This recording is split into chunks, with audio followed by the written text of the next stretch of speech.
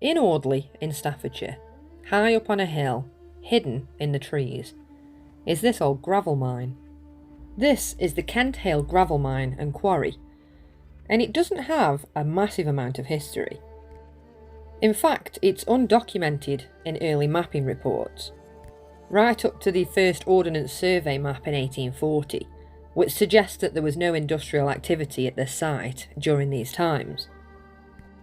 It wasn't until the 1889 Ordnance Survey map that there was evidence of industrial change, which showed a small slope and a magazine associated with Riley's, which is a local gunsmithery, rather than quarrying activities.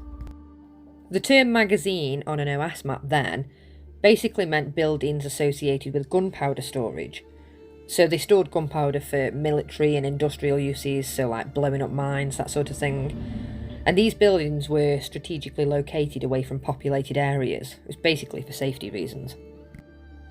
By the turn of the 20th century, OS maps depicted a slope, which basically hinted at the beginnings of a small-scale sand or gravel quarry by a local farmer or landowner.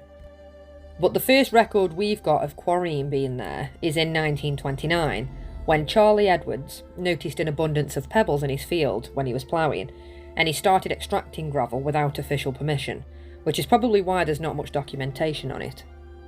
It started off just open cast, just digging into the surface, and then it ended up going underground. And the first real documentation of this is in the 1946 OS map.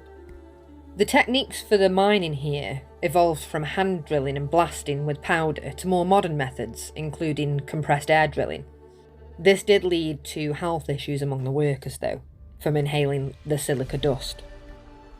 The gravel was mooned up and down the mine on wagons on rails, and once extracted, it was processed on site and sold to the water board. It wasn't a mine very long though, and by the end of World War II, it was sold to the Potteries Water Board in about 1950. And by the 1980s, the old tunnels had been repurposed for emergency water overflow.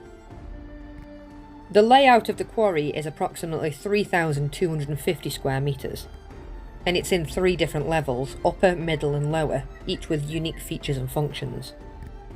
And the Water Board wanted to fill this in the 1980s, but Keele University argued against it because this is a completely unique mine in the whole of the UK. It's extremely geologically important, so we're lucky to still have it. It is still owned by the Water Board, and it is on private land. But thank you very much for watching. If you love our local history, don't forget to check out some of my other videos and my website, The Red Haired Stokey.